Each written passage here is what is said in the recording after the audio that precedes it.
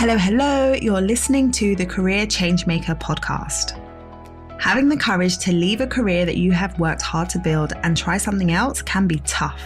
So in each episode, we dive into key career change strategies so that you have a clear understanding of what is required to transition into a new role or a new industry without feeling like you have to start at the bottom or have to take a massive pay cut. Because ain't nobody got time for that. If you are ready for frank and honest discussions about how to become a career change maker, keep listening. I'm your host, lawyer turned career strategist and executive coach, Janine Esbrand.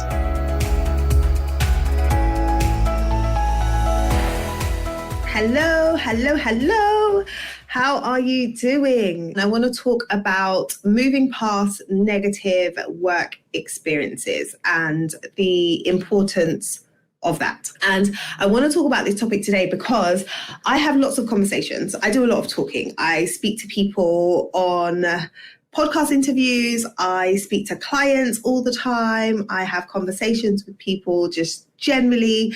And I recognize that through these conversations, there's often golden nuggets that come out, and there is perspective that people share with me or that I'm able to share with them that I think would be useful to everybody.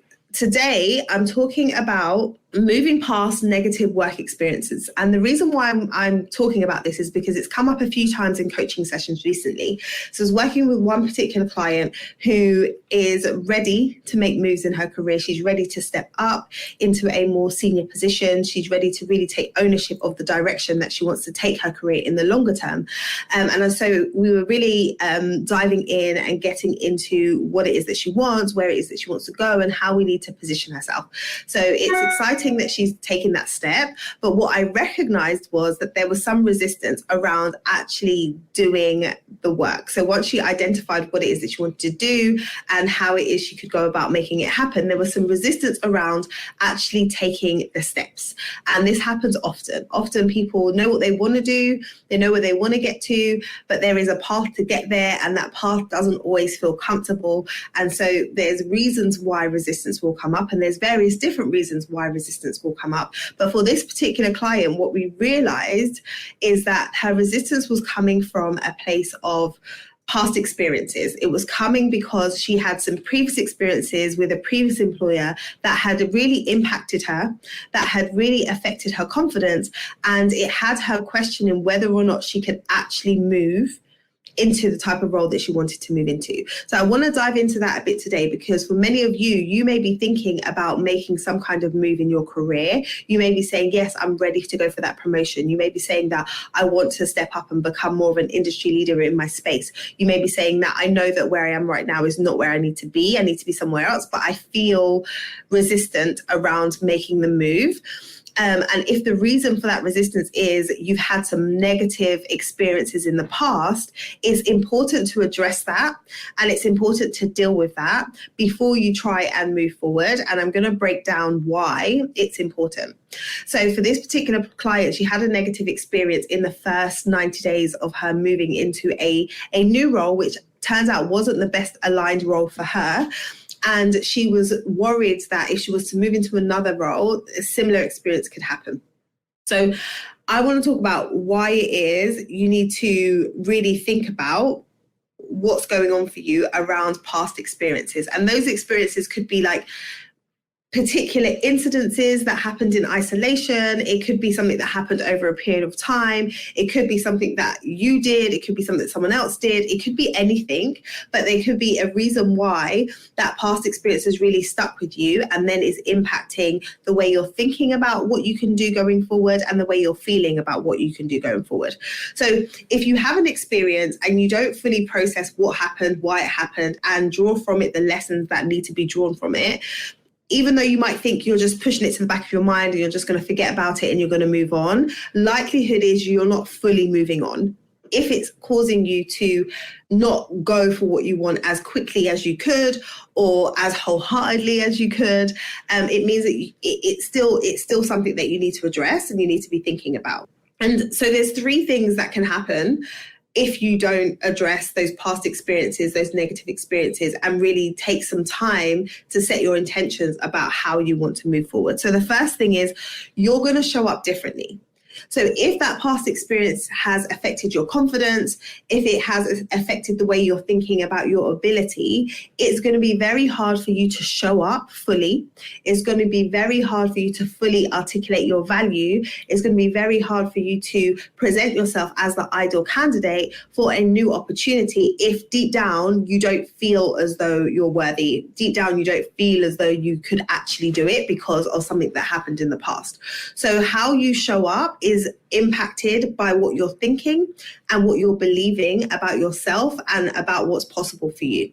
We can't fake it. Oftentimes people will say, fake it till you make it. That only takes you so far. There is something about confidence or lack thereof that can be felt, that can be read, and you can't always put your finger on it.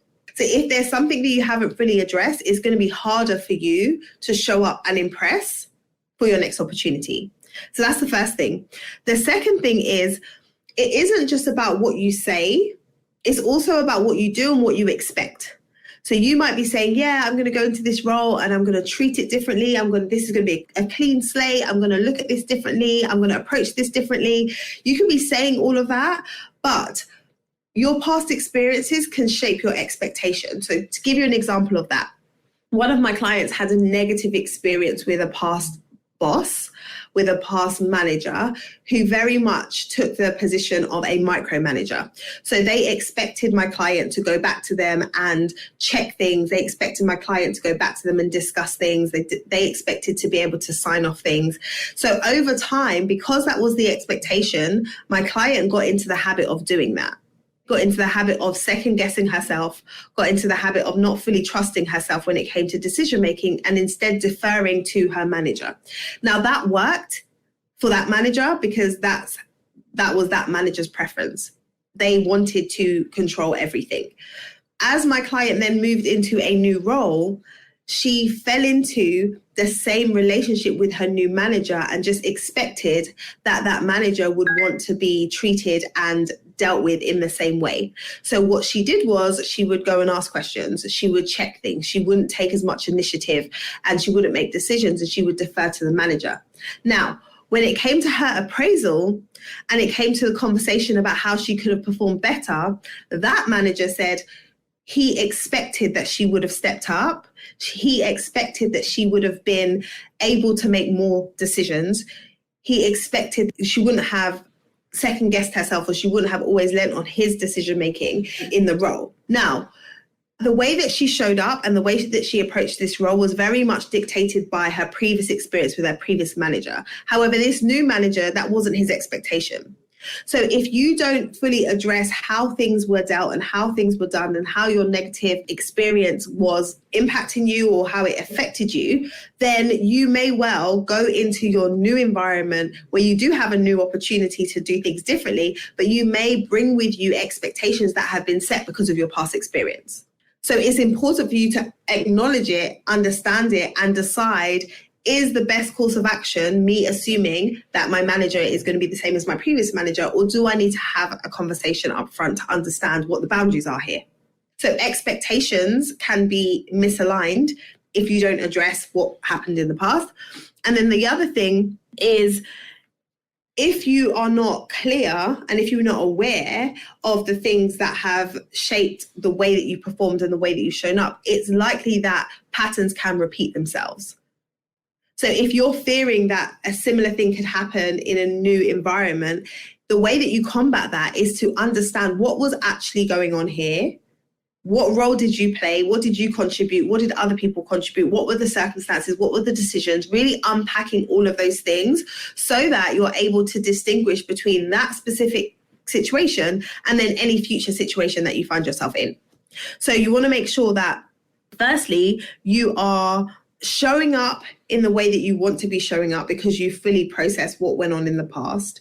You want to make sure that your expectations are not set solely based on what previously happened. And then you want to make sure that you are in a position to prevent the same thing happening again, because you've taken the time to really dissect it and consider it. So those are the three things that you want to be doing, and the reasons why it's important for you to really be considering those past work experiences and how they have impacted you, so that they don't have to impact you continually going forward.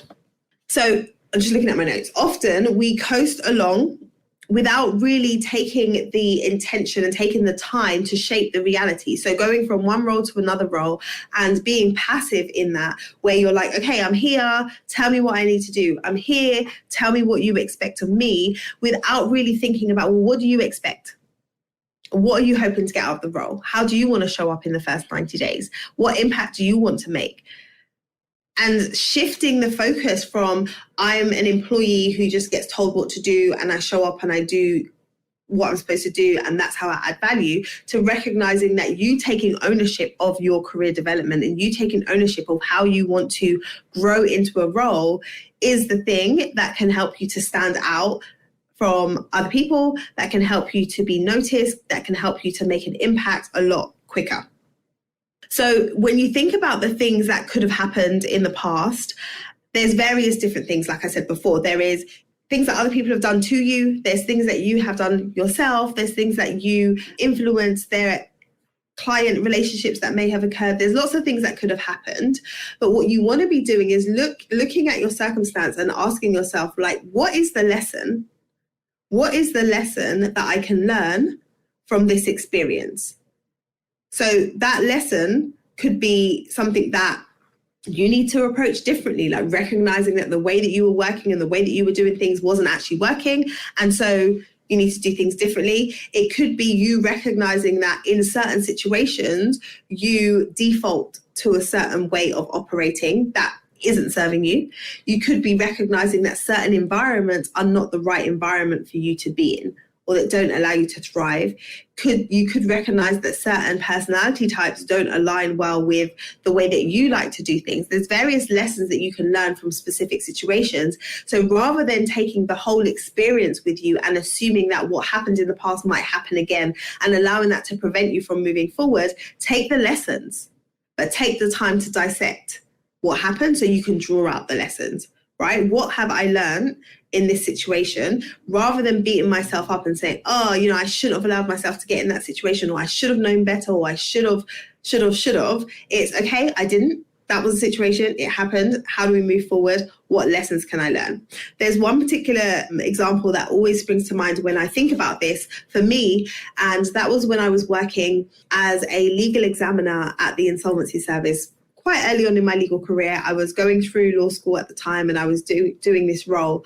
And I remember in our training, we were told, whenever you are interviewing somebody, make sure that in the interviewing room, you are the person who has your back to the door, right? So we would be interviewing company directors of companies that had gone into liquidation, and where there was potentially some foul play, or there are thoughts that the reason why the company went into liquidation was very much linked to the actions of the director, we would investigate those companies and we would look and see what happened. And if it was found that the director did do some things that they weren't supposed to do, then there could be a director disqualification process. So as part of the investigation, we needed to interview those directors and find out what was going on. So that's the backstory. So I was in a situation where I was interviewing a director. I went into the interviewing room. I allowed him to go into the room first, and then he sat down in the seat that I should have sat in. So he sat down with his back to the door, and then I sat in the other seat. Everything was going well initially. It's fine. I thought to myself, I shouldn't allow that to happen. But I thought,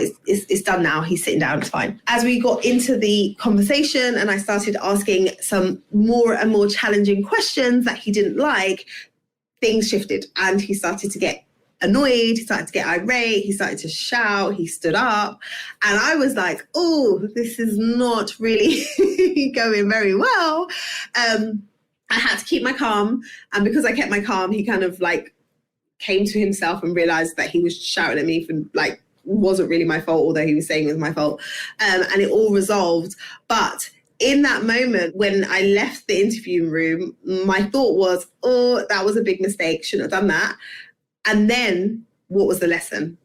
it was like, yeah, I shouldn't have done that. But instead of me then saying, oh, I'm not going to go and do any more of these interviews because I could risk this happening again, my thought was, okay, what was the lesson there? Do not allow the person to go in first. Take that lesson and make sure that you use that going forward. So going forward in any interview situation that I had at that company or other situations that I've been in when it comes to dealing with clients or dealing with different people, I am more mindful about how I go about setting up interviews. I am more mindful about my presence and where I sit and where I situate myself because of that one experience. And so I see it as, yes, it wasn't pleasant in the moment, but I learned something from that. And I want you to approach any negative work experiences that you've had in the past in a similar way so that you're able to turn was a negative experience into something that can be positive moving forward. So if you've learned a lesson from it, whether it's a hard lesson or not, it's positive moving forward. So that is what I want you to be thinking about. Take the time to really assess what actually happened, dissect that, reflect on that, what occurred, what was said, what wasn't said, what was communicated, how was it communicated, could it have been different, what was something that you can take ownership of, and what was something that other people should take ownership of, separating those things out. So it's important that you are really thinking about what was going on in the moment, and then what can I take from this going forward that's going to serve me. That's going to serve me going forward. Because so often we carry with us baggage and we take forward things that are not helpful. So if we circle back and we talk about my client, she was thinking, well, if I move into this new role and it doesn't work out, I might end up leaving before the end of my probation again. And I don't want that to happen. It's like, yes, potentially. But now we need to look at what were some of the factors that contributed to you being in a company that wasn't aligned, or you not being able to perform in the way that you wanted to perform. And then if you know what those are, then you can solve for those in advance. Then you can start asking yourself, okay, well, what were the things that were present? What type of company? What type of people? What type of experience did I have or not have? What exposure did I need or you know, you can ask yourself, what are the things that were missing that didn't allow this to be a smooth process? And then make sure that whatever you're moving into, whatever you're setting up going forward, isn't the same. Or you've addressed those things in advance to make sure that you're avoiding a similar situation happening again. So that is what I wanted to share with you today. I see too many people being held back by what they assume might happen in the future based on what's happened in the past. And if we can spend some time reflecting on what happened in the past, draw out the lessons, let go of any shame that you're feeling, let go of any resentment or guilt or, you know, those kinds of emotions that you're feeling around what happened in the past, and really think about how can I take what happened and draw out the things that are going to be helpful for me to move forward. Because the reality is we can't change the past. We can rewrite, or we can dictate and determine the future. Because when I say rewrite, often we've already decided like this is how it's going to turn out. And what you think and what you believe about what's going to happen is so, so powerful. So rewrite the thoughts that you have about the experience you're about to have and allow that to guide you going forward. I hope you have found that useful, and I'll be back very, very soon. And if you are somebody who is in the midst of considering making moves in your career, whether you are stepping up, whether you are stepping out to do something different, then send me a DM. Let's have a conversation and see if and how I can support you with moving forward. All right, that's all from me today. I'll be back very, very soon. Bye. If you enjoyed today's conversation, be sure to subscribe to the show so that you don't miss any future episodes. Also, I would love to know what your biggest takeaway has been from today's episode. Come over and join us in our Career Changemakers community over on LinkedIn so that you can join the conversation there. Head over to lightbotscoaching.com/community and it will take you right to the group.